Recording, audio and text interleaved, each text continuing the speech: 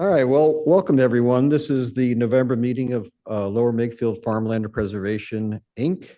I'm Michael Blank, President, and with me today are Dennis Steadman, Vice President, Sean Carney, a member, and on the Zoom meeting, we have Dan Bankoske, who is our treasurer, and George Heinze, our secretary. Want to wave there? Yeah, gotcha. All right, well, we'll jump right into the agenda. Our first item is approval of the minutes from our September meeting, and I'll turn it over to you, George. Thanks, Mike. Our meeting minutes from the September 17th meeting have been circulated to the board. We've made the appropriate updates to it, and I ask for a motion to approve the September 17th meeting minutes as written and updated. So moved. Do I have a second? I'll second it. Thank you. All in favor, say aye. Aye. Aye. The meeting minutes from September 17th are approved. Great, thank you, George. Now we'll turn to our treasurer's report, Dan Bankoske. Not much. I'm just trying to get this open right now. I just came from another meeting here. So we paid our latest invoice to Corcoran Landscaping for $1,175, which was the latest round of buffer maintenance. And that was the last invoice that was paid since our last meeting. I do have, we have a couple other things that haven't been sent yet. We have this a PennDOT invoice, Mike, or not, sorry, not a PennDOT invoice, a PennDOT a small fee for PennDOT for this engineering work that we need to get done. But we'll get that out. But that's the only other thing that's out there right now. Okay. And again, I'm on a different location and different computers right now. But the next item that we want to chat about was our policies that we have in place with the board, and I'm going to send an email to you guys in the next week or two with all of the latest final policies with notes on it, so that you guys can take a review, and then hopefully in our January meeting we can review or discuss those policies and hopefully put in place new policies. If you can give me another minute, I'm just trying to find our list of those policies. There's 4 policies. Take your time.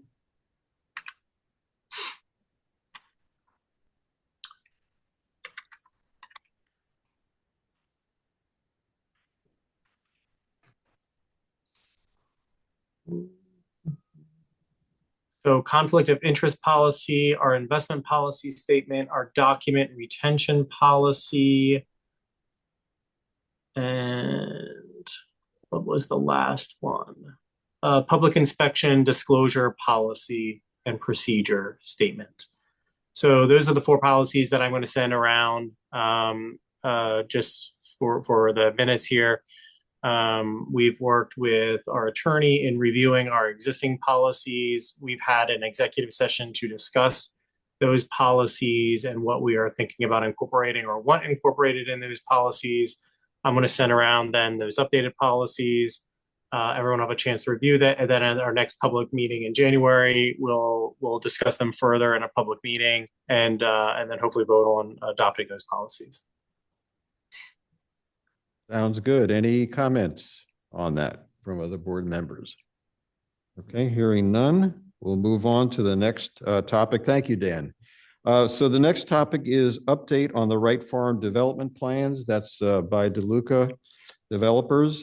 You'll recall that earlier this year, plans were sent out and boards, township boards were asked for their comments. We sent our comments.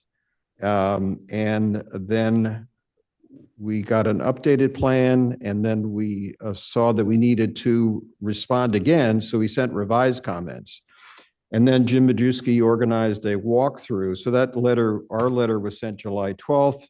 November 6th, we had a walkthrough and with Jim there and Dan McClune, Doug Wright, the farmer whose property is being developed, Joe DeLuca from the developers, and Justin Giannotti from Dynamic Engineering. So I'll just highlight, I sent out a summary to the board of what was said verbally, all of this to be confirmed in writing. And Jim is going to request that the developer and his agents respond to all the boards that had comments. So just to go over that. First of all, open space for farming. Now there was 25%, is that the right figure, of the land was mandated to be reserved as open space, 25%. And that amounted to about 5.6 acres. When we first saw the plan, it really wasn't conducive to farming because there were dimensions that were too narrow to move farm equipment around in. But the new plan, to be reconfirmed, of course, is reconfigured, allows 125 feet of space at its narrowest, which should be plenty of room to get farm equipment in there. And in addition to that, the township expressed an interest, all to be approved by the Board of Supervisors, of course, for farming to be done there and have farmland preservation either by easement or actual transfer of land, have that property and oversee that property. So the only question in my mind is whether it could be deemed to be contiguous with Bridal Estates, because that's what our bylaws say. In order to have, we have a minimum of 10 acres to assume a parcel, and it needs to be contiguous. So if it's judged to be contiguous, then we'll certainly have more than 10 acres with Heather Ridge. So that remains to be determined. The other thing that was said at the walkthrough, that the access for traffic to the new development will not be via 332. It'll be by, as you look at the plan, from the backside through Surrey Lane. But access to Bridal Estates, our parcel, will still be maintained as Patterson Lane will be maintained. There would be, it was talked about a gate being installed there. And LMT is open, of course, with Board of Supervisors approval, to granting us an easement or outright transfer for Patterson Lane to get farming access. Of course, it would be also emergency access too. And then also they mentioned the 0.3 acres that connects to the Kimmel farm. They'd be open to having that transferred to us too. And curb cuts were included in our comments to make sure the curb cuts were wide enough. First of all, there would be curb cuts, and secondly, they'd be wide enough to get farm equipment through there. Those they said, would be included. And the two more items. One is the buffer. We were concerned that a little over an acre of our Bridal Estates property would be lost if the buffers, the 25-foot buffers, were on our side of the property line. Well, they said that they're going to put and this is actually Joe DeLuca said that they're planning on putting the buffer on their side to be bounded by a split rail fence. And then as the property is laid out now, there's a road, I call it like a sunken road. It's a hardened soil area where trucks and farm equipment can drive. So there's actually almost 35 feet between where the nearest tree could be planted and the cropping area. Now they've also, the Lower Makefield also said that they would take into consideration trees and that would not provide shade, too much shade for the crops. So that all sounds very positive.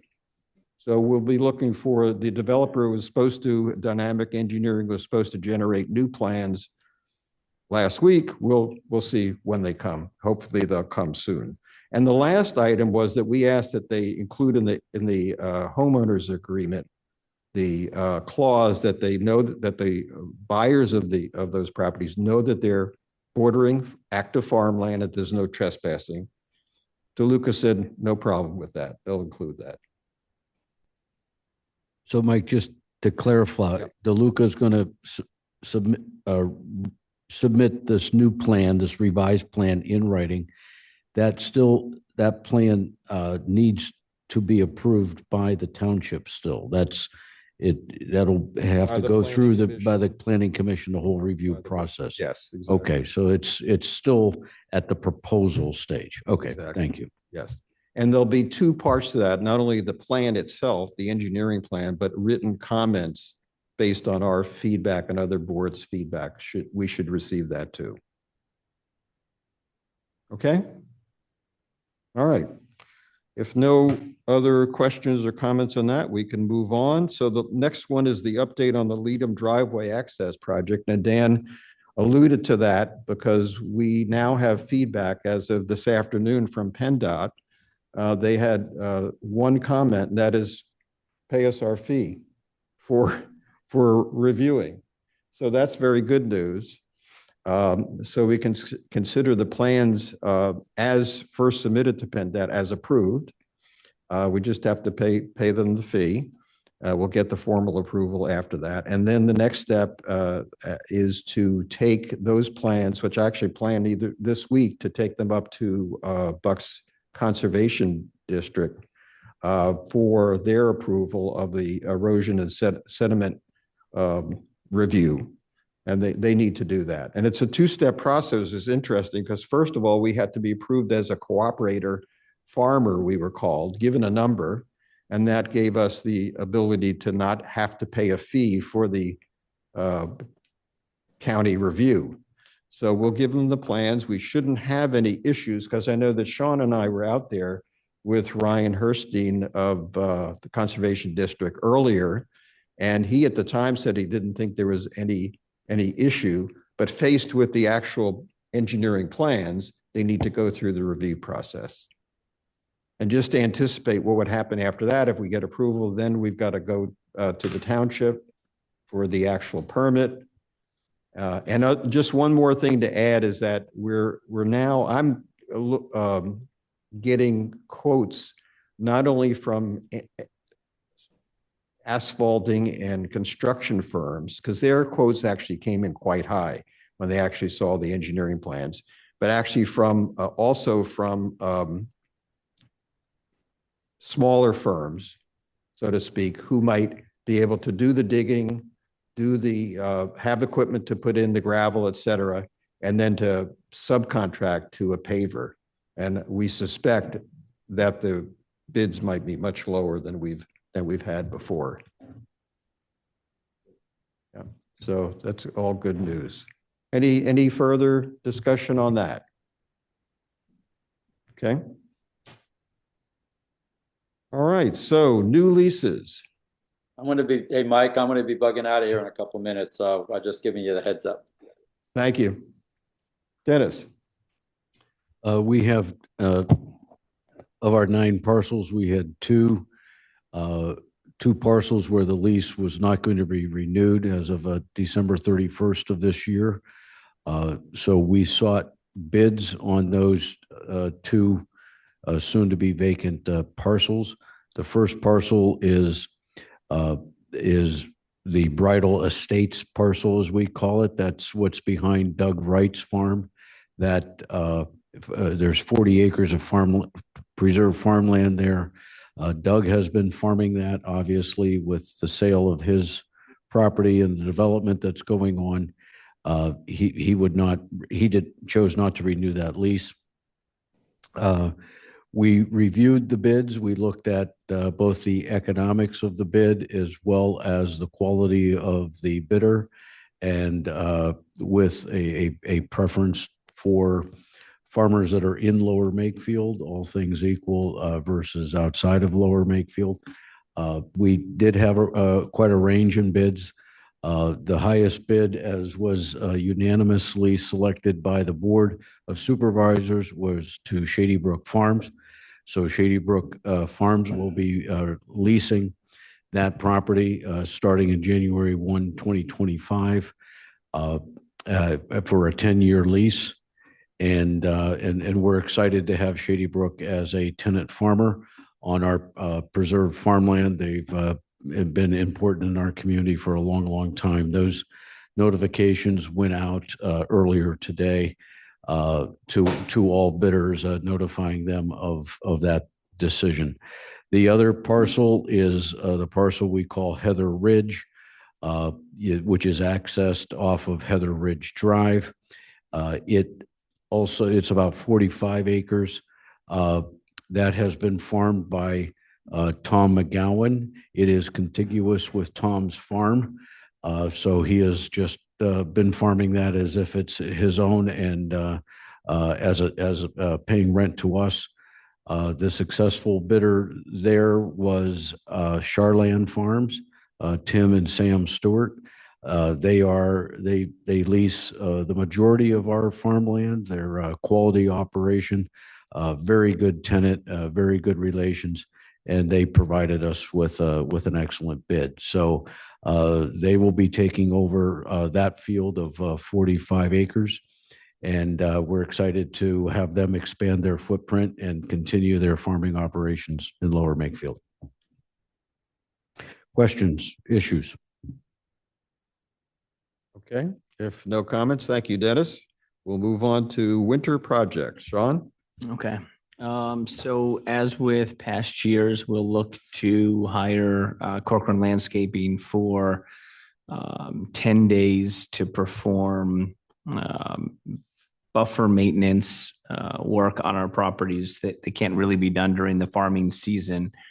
The evolution of this process from a red, yellow, green priority list, basically covering any and all issues, is giving me more confidence that we are on a path towards being able to use perhaps less time in a saving mode in the years to come if there are no new large issues. As you recall, in past years, we would have a couple of projects that we couldn't get to and they'd be holdovers.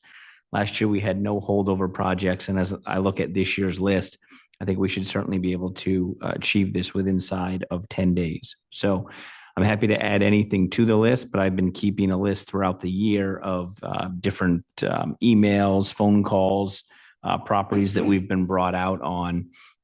I have 1616 Fairfield, where there are dead trees. That's on the Bond Farm. Back behind Calavita's Christmas tree farm, the back wood line has been brought to our attention as something that needs to be taken care of for some dead branches and some branches that are creating a lot of shade over the Christmas trees. So we'll take care of that this year.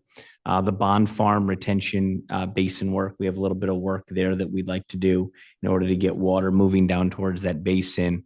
There's actually a neighbor just two doors down from their 1775 Greenbrier Court, where we've identified some work that needs to be done. I visited both of those sites with Corcoran Landscaping back in August.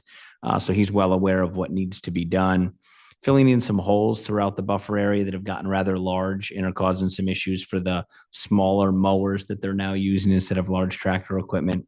And then Corcoran, when we went and did a site visit of Heather Ridge, asked for 2 days of work on Heather Ridge to prepare for taking care of that buffer with the type of equipment that he'll be taking care of it with. So it looks like as of now, we'll be using 8 to 9 days. We'll keep that other 1 to 2 days in our back pocket, where a tree to come down or one of these projects takes a little bit longer than need be. But again, it looks like we'll be able to get all of our projects done with inside the 10-day allotment that we have.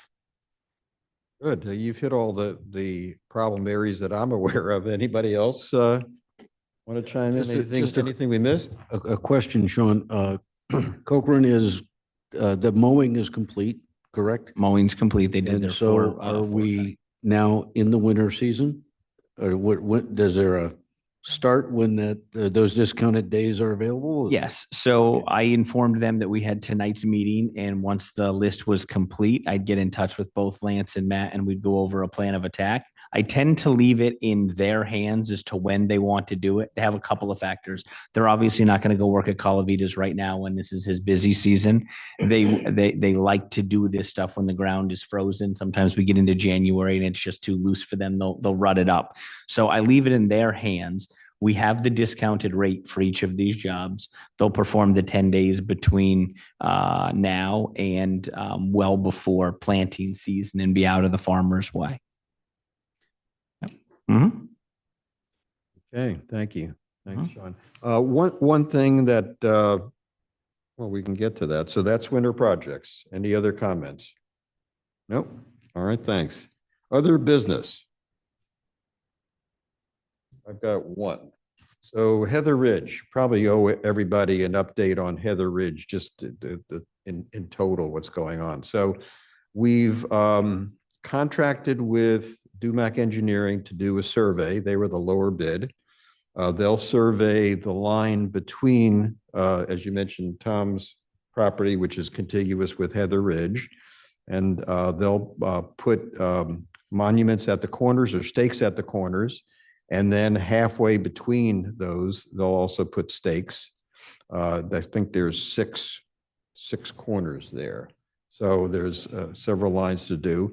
And then we're going to go out on next Tuesday, a week, to look at access to the field, to the back, to the upper field, let's call it. And also Tom wants to discuss with us the contours he's put in for drainage and how that's going to work out now that another farmer is going to work basically the same field, that's continuous field. So we'll look at both of those. And I think that's it. And the other thing is we'll need to discuss with Matt, as Sean and I were communicating about exactly how that boundary, which is in an open field now, mostly between the two farms, is going to be maintained, and how much of an open area, perhaps maybe a swath of mower to be done. And we'll have to discuss that with Tom and how much he wants to do of that too. So any questions on Heather Ridge? Oh, I should mention that Tim Stewart's going to go out with this as well as the new lessee of that property on next Tuesday. Mike, this fits under other business. And speaking of Heather Ridge, you've put a thought in my mind I'd like to bounce off the board. We have new farmer tenants on two properties. Do you think it's worth being proactive in communications with our residential neighbors immediately bordering those properties, just to say, you know, there's a new tenant this year. You're going to have Shady Brook Farming behind you, not Doug Wright, or you're going to have Charland. Not, I'm not that information is necessarily anything that they would do anything with, but I think every time we set an example of being of open communications, transparency, and an excuse to communicate with one of our neighbors, with a group of our neighbors, it just helps build confidence in the relationship. So it's a thought. I don't feel strongly in either direction, but it is something we could consider doing. Other thoughts? I'd agree with that. I think that the neighbors have grown up to know both Tom and interact with him, and also with Doug on the other property. So good idea. Maybe just a short, what were you envisioning? A short letter? Very short. Yeah. It doesn't have to be, I mean, I can draft something, circulate it with the board. I know we have mailing lists. We have addresses for all of our immediate boundary neighbors, residential neighbors. It's not that many. It just might, every time we keep the dialogue open, I think it's a good thing. Right. Agreed. Any other thoughts on that? I'd be in favor of it. Okay. I think more open communication is better for us than less. Sounds good. Dan? Yes, I'm good. Okay. Okay, so that takes care of any other business. One other Yeah. is the December holiday meeting other business? Is there anything we need to just check on? I know that's on everyone's calendars. The invites are out. Any open issues? No. No, Okay. Dan- I mean, that's the next time we'll be together. I just wanted to kind of touch base. Okay. Yeah, I think we're all good.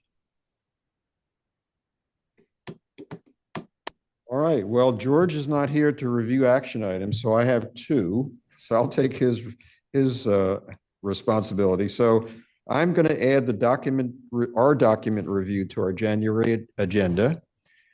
And then between myself and George, we'll get letters out to Bridal Estates and Heather Ridge neighbors about the change in farmers. And I can probably handle that because I could just get with Katie and find the list.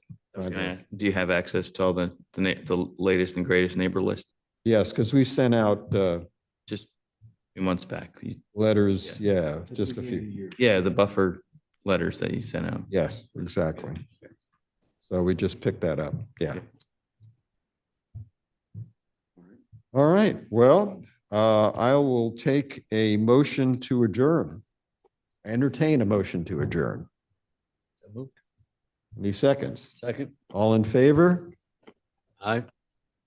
Aye. Thank you, gentlemen. Thank you, everyone.